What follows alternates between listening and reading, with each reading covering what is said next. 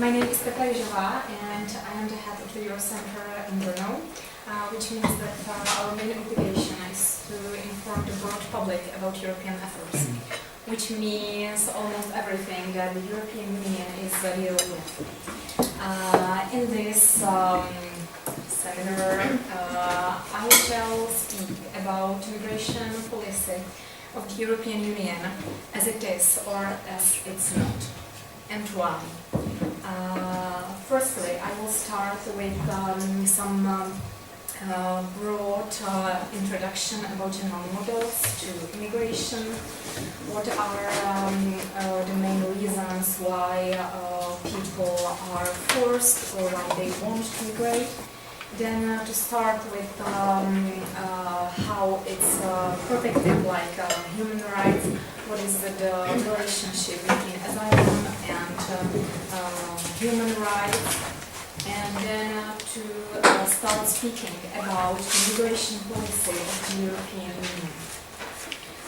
During my presentation, please do not hesitate to interrupt me, but please be aware that after all my presentation there will be some time for your questions. So I will start first with general models of immigration. Basically, there are four, which means that first of them is political nation of immigrants. What does it mean? This approach we can find in the United States, in Australia or in Canada, which means that the nation is mean to be a political nation. It means that the political structures are based on immigration.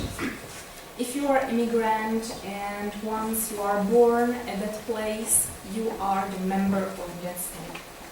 So this is the basic principle, and it's joined with usually. If you can understand from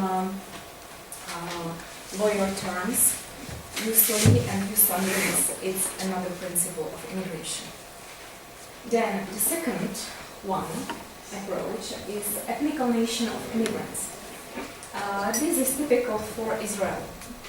It's based on some historical ethnical existence of some nation, which was maybe spread out to other countries, and now it's joined into one. So it's as well as based on immigration, but there is some principles of previous existence of some nation, and it's ethnically defined. And in the term of Israel, there is very important to be said that it's joined with the religion. The most important issue is religion. If you are Jew, you can be the member of our state, no matter where are you from. The third model is political nation of autochthones. This is typical for France. Yeah, sure, you live in France, you speak French, so it's some conjunction between usually and usanguinis. Then the fourth one, and it's very interesting, it's for Germany, based with many problems, is ethnical nation of autochthones. This means that there is some common language which is spoken at some place. There is very, very important principle of jus sanguinis. So historically, after the First and Second World War, there could be recognized some minorities even in Slovenia that can speak German, very small amount of people, very small percentage.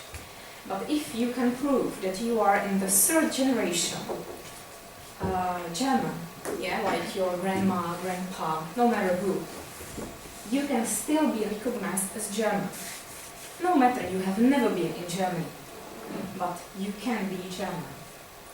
But otherwise, there is a problem with so-called Gastarbeiter, if you heard about this term, which are usually Turks, that went after the Second World War to work with Germany, but temporarily. They know the language. Then, now the second or third even generation was born in Germany, but still they are not German. They are just Turks, no matter they have never been in Turkey. And now, something about the periodization. What's very important? After the First World War,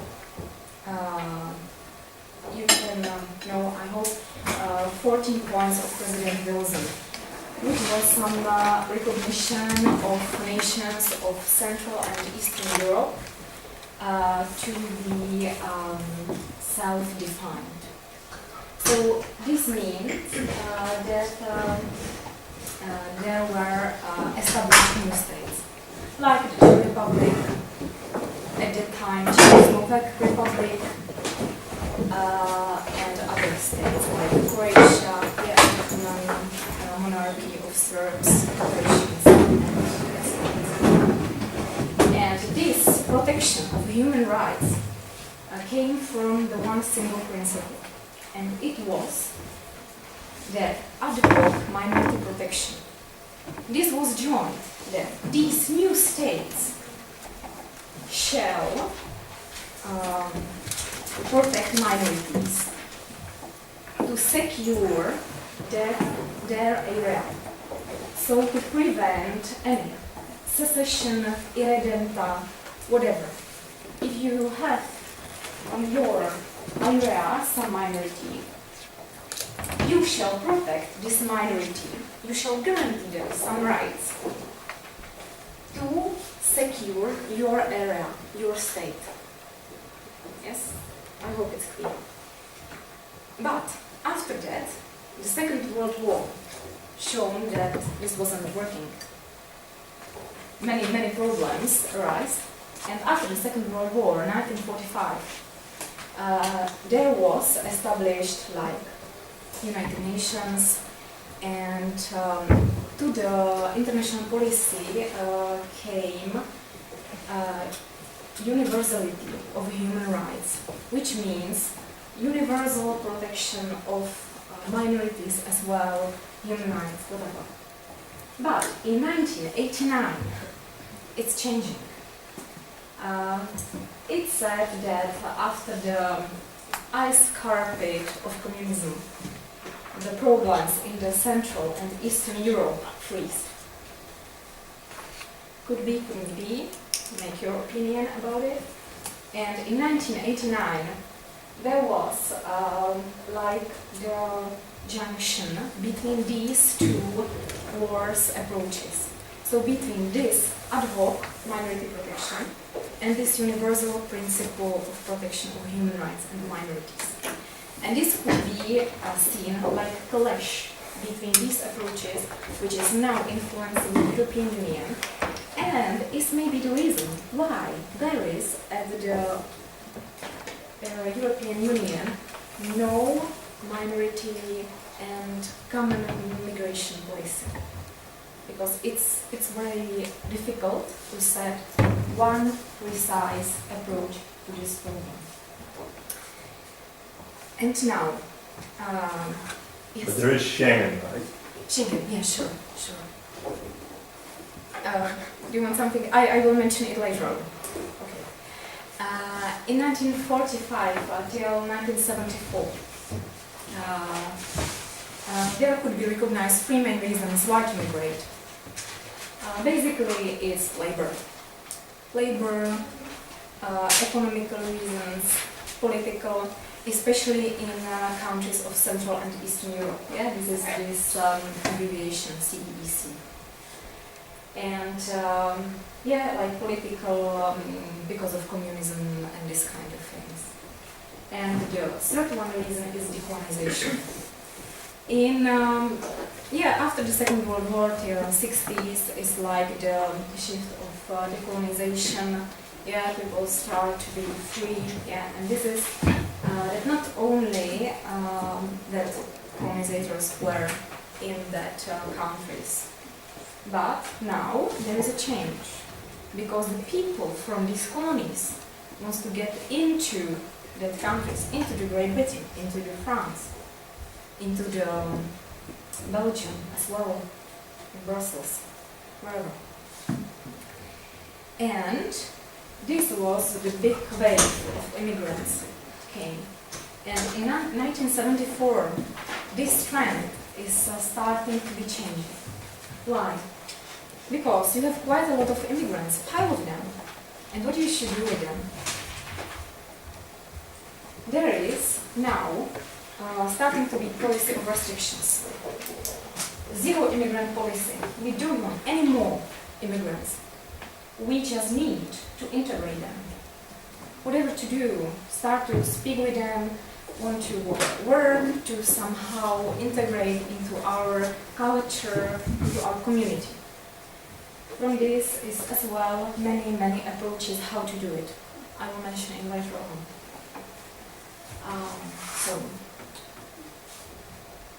What happened in 1989?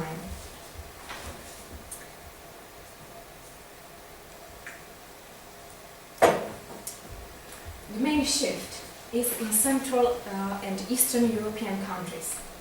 The communism is over. And now the countries that people will migrate from because of political reasons are now starting not to be like transit countries, but to be countries of final destination of immigrants. From Belarus, from Ukraine, from Russia, wherever. And nowadays these countries shall solve this problem. Yeah? So it's the main shift from 1989. And as well for other states, especially Western European states, there shall be found some balance between so-called Fortress Europe, which is like a concept Fortress Europe. We don't want any more immigrants coming from that period of restrictions that were based mainly because of oil crisis. There was no more work, yeah, and why to do like this? And this Fortress Europe and managed migration, because aging of population, we need somehow to solve this problem. Well, and now, what about intergovernmental cooperation outside the institutional framework of the European Union? It's necessary to say, as I mentioned before, United Nations. That's the first platform, and before like the United Nations in the interwar period. There's as well very interesting that the United States are seeing First and Second World War as one big war conflict in Europe, and they do not recognize First and Second. It's just one conflict that came into the second and much bigger conflict. It's just for our European view that there was first, then peace, period of peace, and then the Second World War. For the United States, it's only one huge conflict. First platform was the UN. It was some universal rights, universal protection of minorities. But there is a problem. Who can be recognized as minority? Now, how it started? At the EU, at the time, at the European communities, was accepted the Schengen Agreement. Then, afterwards, there was accepted Convention implementing the Schengen Agreement. And last month now, it's Dublin Agreement, Dublin Convention, which is something much complementing these agreements. What was it about? Schengen Agreement all in all stated total abolition of controls at internal borders, which means like free movement of citizens or any people that are inside the community. But it was like accepted outside the community and part of the EU or European communities later on. Now it was just, here is the European community and here is the Schengen. But the members of Schengen and the European community are basically very the same. Yeah? But still it's standing outside. This is very important. This Schengen agreement as well as contained harmonization of visa and immigration policy. It was in chapter 7. And what's more, it meant strengthening of protection of external borders. If you liberal protections of your internal borders, you shall strengthen the protection of your external borders. We can see it now in Slovakia and their border with Ukraine, where it said that there is really like fortress. You can get from Slovakia to Ukraine at any other places that are placed and stated to be fortress. The next one is convention implementing the Schengen Agreement. This was accepted by 15 members, but what's important, this wasn't accepted by the UK and Ireland. But moreover, there was Norway and Ireland, not member states of the EC, European Communities.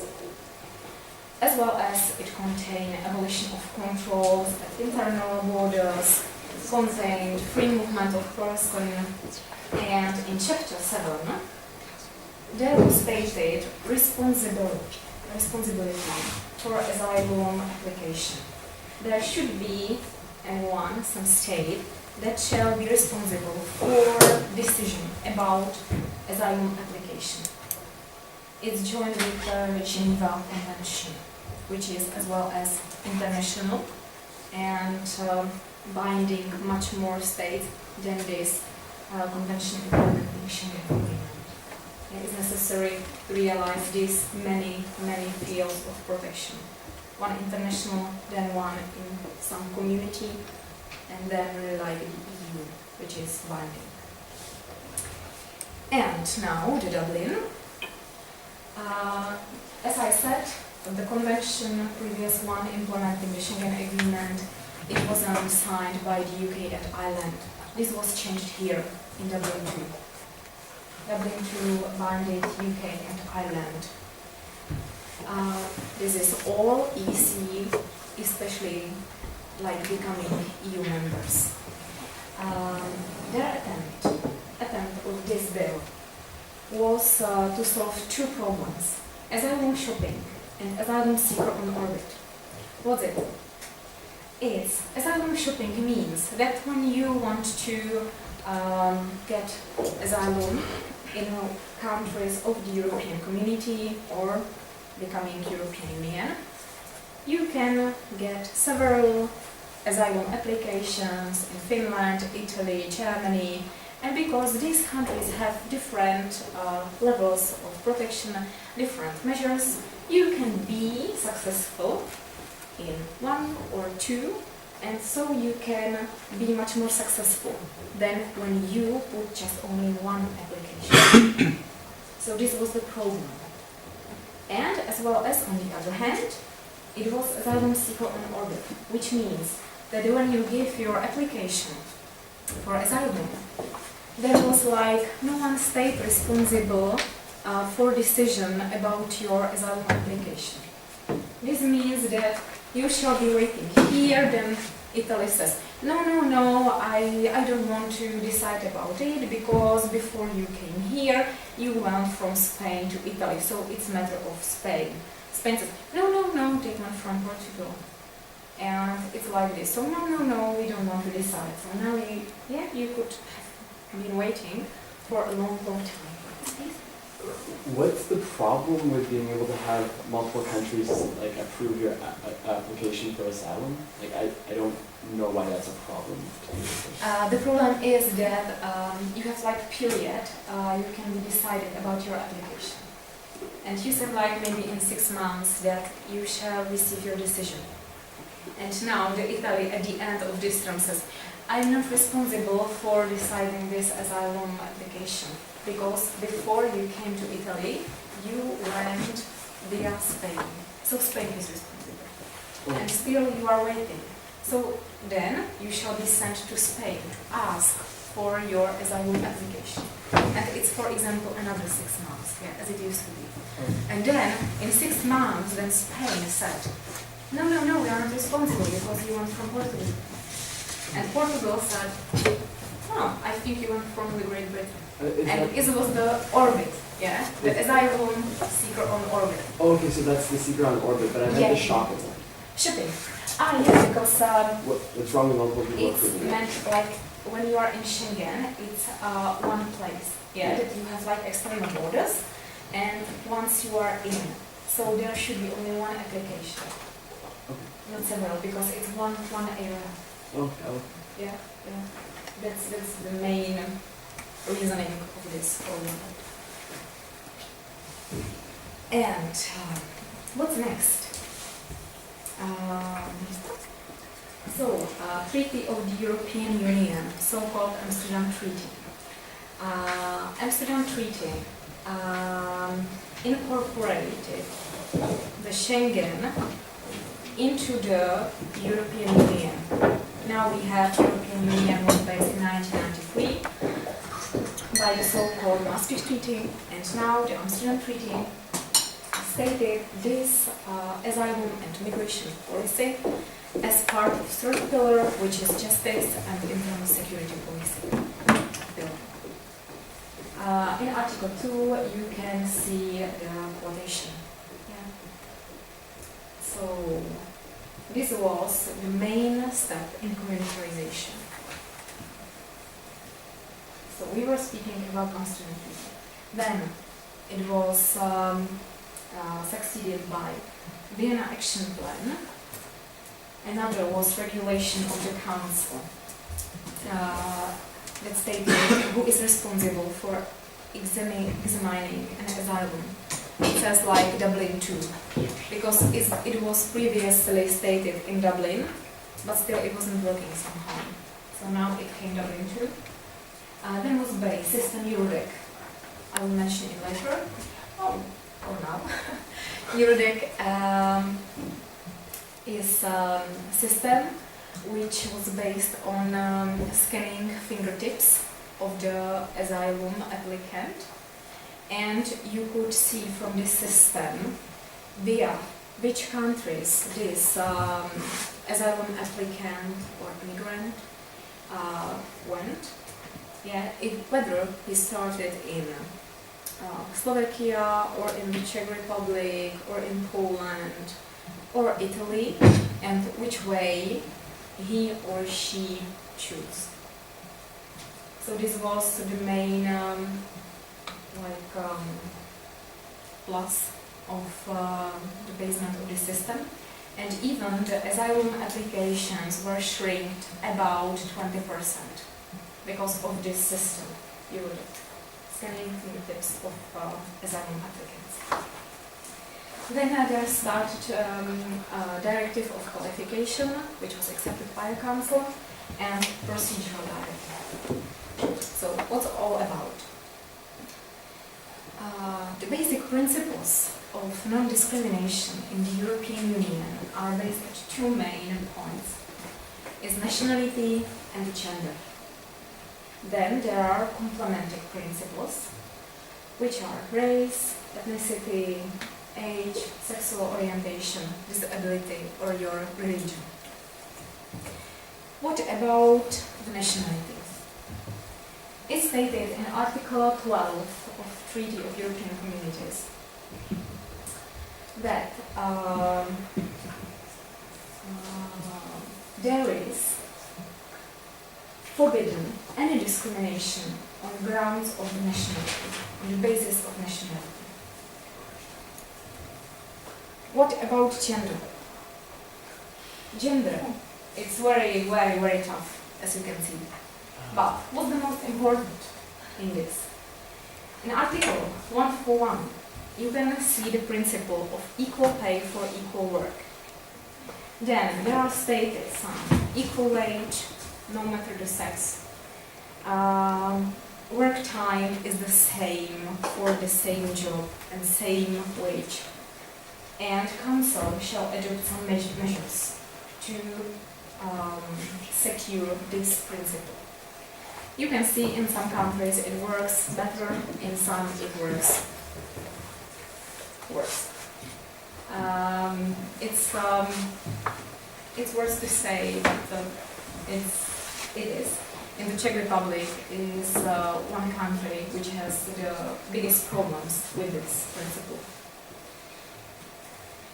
And other criteria, you can see that they are in the directive from the year 2002 about equal treatment, irrespective of racial or ethnic origin. Then another principles are based on the Charter of Fundamental Rights of the EU. In Article 21, you can find prohibition of discrimination of any grounds.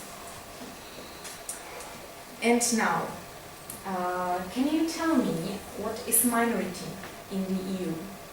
What you can imagine that is minority? What would you think? Is minority some migrant worker that is coming from the Czech Republic to Germany? Or is it some Roma minority, or is it some Muslim minority? Or Could also be cultural minority. cultural? Yeah. Cultural minority? What do you think? What it is? Is it national state minority? In the community of 27, even now 28 member states? So who shall be protected in the EU? Is it all country? Is it a minority? Is it ethnicum? What is it? This is basically the main problem in the EU. Because states, after the First and Second World War, have the concept whether you can protect some certain minorities, some recognized minorities in state national legislation, or now when you have community of 28 states, you shall protect each state because it could be minority. Next to the German, the Czech Republic, Czechs could be minority. And next to the Hungary, the Slovaks could be minority. And it's very sensitive. Even for Slovaks and Hungarian, it's very sensitive, this question. So, I'm sorry. So this is all what should be or could be protected. It could be national state. It could be migrant workers. Because in the EU you have 4 freedoms. Freedom of movement is one of them. So, as you are an Erasmus student, can you be protected? Then, non-citizens of the EU, so people from third countries that are coming to the EU. And that could be even originally recognized minorities. Originally recognized minorities coming really from the First and Second World War history. And now, what is it? National states as minority could be seen in this Article 6 of Treaty of European Union, or even in Article 151 of Treaty European Communities. There is even a judgment decision in this dispute with Rome versus Minister of Education of Ireland. It said that it should be ensured protection of member country language. So this is the main decision about how to protect national state identity. Then, with migrant workers, there are many disputes and decisions, as you can see. And it was like a big fight and dispute about the land or a place of the EU to protect these migrant workers. Citizens of non-EU countries, here is as well Council Directive on the status of non-established citizens of third countries. So which means that in the Czech, people coming from Ukraine that came here to work, they shall be protected. Or from another countries. And what about originally recognized minorities? Originally recognized minorities. It's as well as very difficult to say what it is.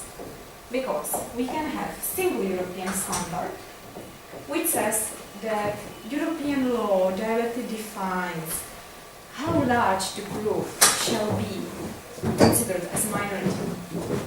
There was even a problem in Austria because there they had huge minority of Slovenia people. And it said that 25% of inhabitants, if it's of different ethnicum, it's minority. So they had some street views in Slovenia, but when Jörg Haider realized that they are not 25%, that they are less, he started to get rid of these tables. So now the minority protection is like wrong, because there wasn't 25%. And another principle is differentiated protection, which means that the European law indirectly absorbs concept of minorities based in national laws.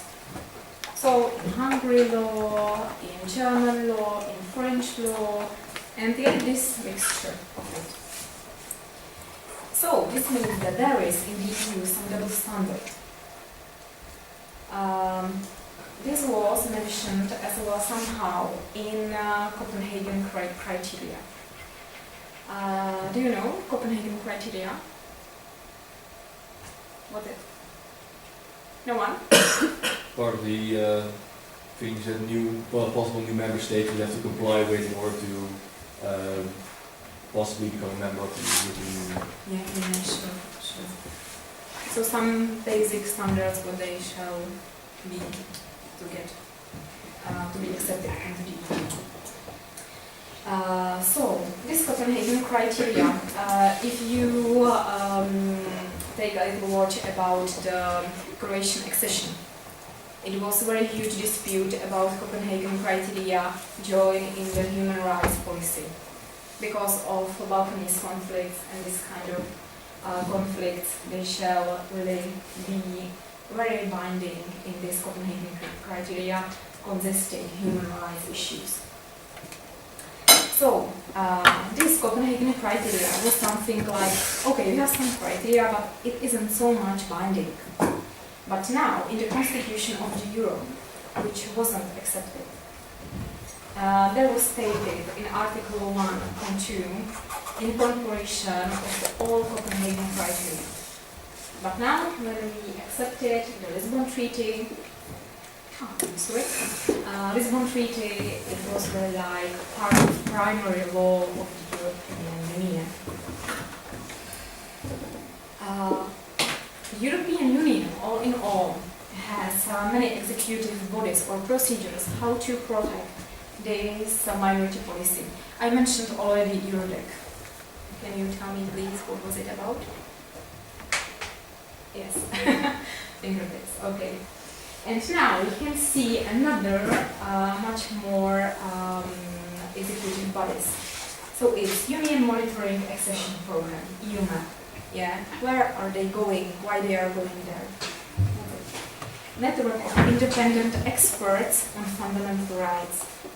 Yeah, like dealing what are changing in migration. Shall we redefine our principles of migration? Who is a minority? And this Fundamental Rights Agency, UMC, European Monitoring Center on Racism and Xenophobia, European Information Network on Racism and Xenophobia, and European Bureau for Lesser Used Language. Lesser Used Language could be maybe Basque language, if you know, in Spain. And here are some models in national state, if it's proper term to speak in the European Union. There are three: transition, different, incorporation. It's typical for Germany. And from this model is coming the problem with Turks, Gastarbeiter, and maybe these use some ways of using in Slovenia that you have never been in Germany, but still you can be recognized as German. Then hierarchical cultural pluralism, which is typical for the UK. So once you are there, you shall be somehow integrated into the country, and you are a member of the country. And then nationalism, which is typical for France. It's a huge problem because when France don't know how to solve the problem, they can abolish. Like wearing any visible mark of your religion, whatever. Yeah, join as well as Muslims, Jews, Christians, no matter who you are, what your religion is, not to be abolished. Are you going to show us like examples of things that are done in each model of minority protection? Like, what does someone do if they're doing a transitional differentiated incorporation model? Like, what are things in that society that happen for minorities? Like, you mean to France?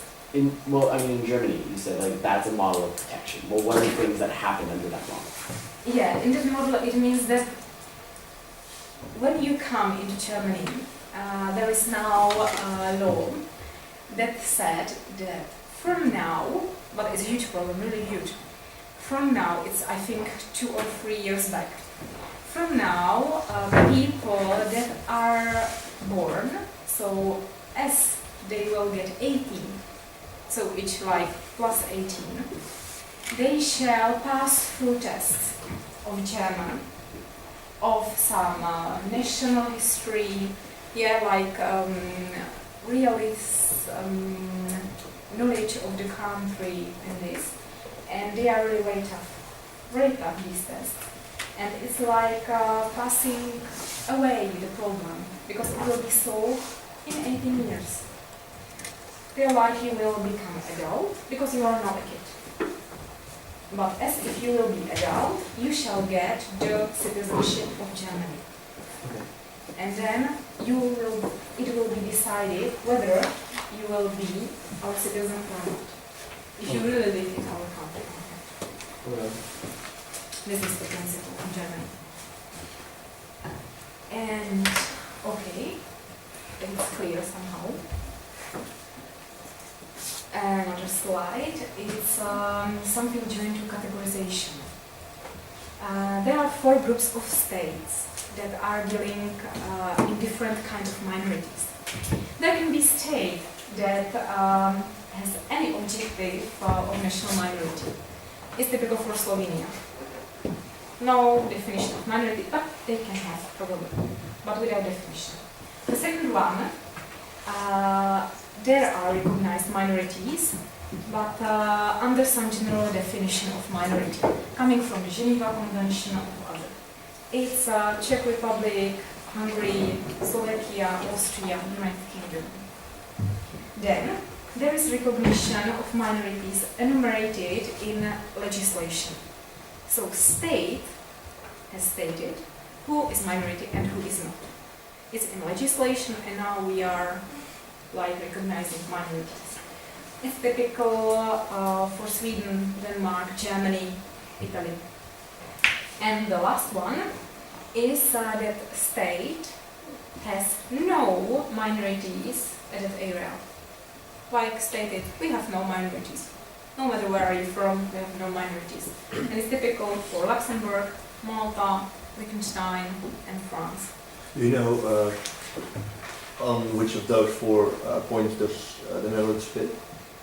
Netherlands, I would say they have a policy of multiculturalism. So I think it could be the same like Slovenia. That they have like not the definition of minority, but they have minorities, and it's very difficult to recognize who is the minority. Yeah, I think it is. And so I'm getting at the end. So if you have now some questions, please ask, or let them after the video.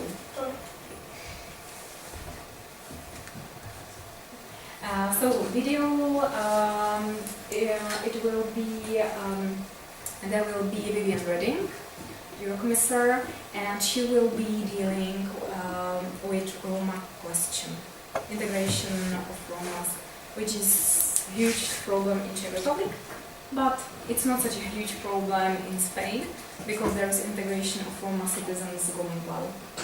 So.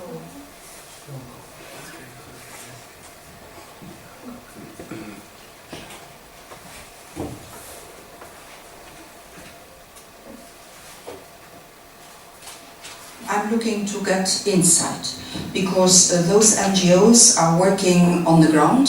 They know the populations they are caring for. We need to be very clear about abolishing segregation, for example, because if our end goal is integration, our projects, our programs that will lead there also need to be integrated. We were really pleased to have this opportunity to speak directly to the commissioners.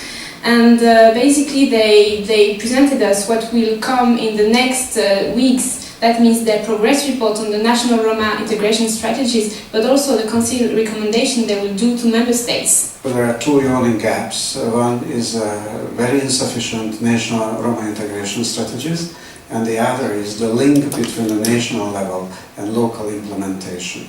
The key issue is that discrimination against Roma is actually systemic. They are victims of hate crimes, they have no police protection, their children are segregated into inferior schools, they are discriminated at work, they are forcefully evicted from their homes.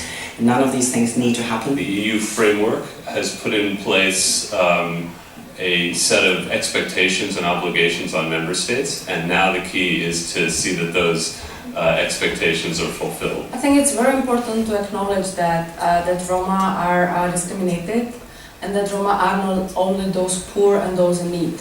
That Roma actually can be agents of their own life and can take the responsibility in their hands and can make the change. The point is that we still have to translate how paperwork and how objectives which are put on paper can be translated in reality. It is a two-side process. It is about the mindset of the community, of the Roma community in itself, that the community needs to participate, that the community needs to do something for itself to overcome the huge disparities which they are living in. And also it's about the mindset of the society or the local authority, that there is more value for all if we have a community which is included, not a community which is excluded. It is very important to know what they conceive as the real problems on the ground, and to see how we can work with the member states so that these problems are solved.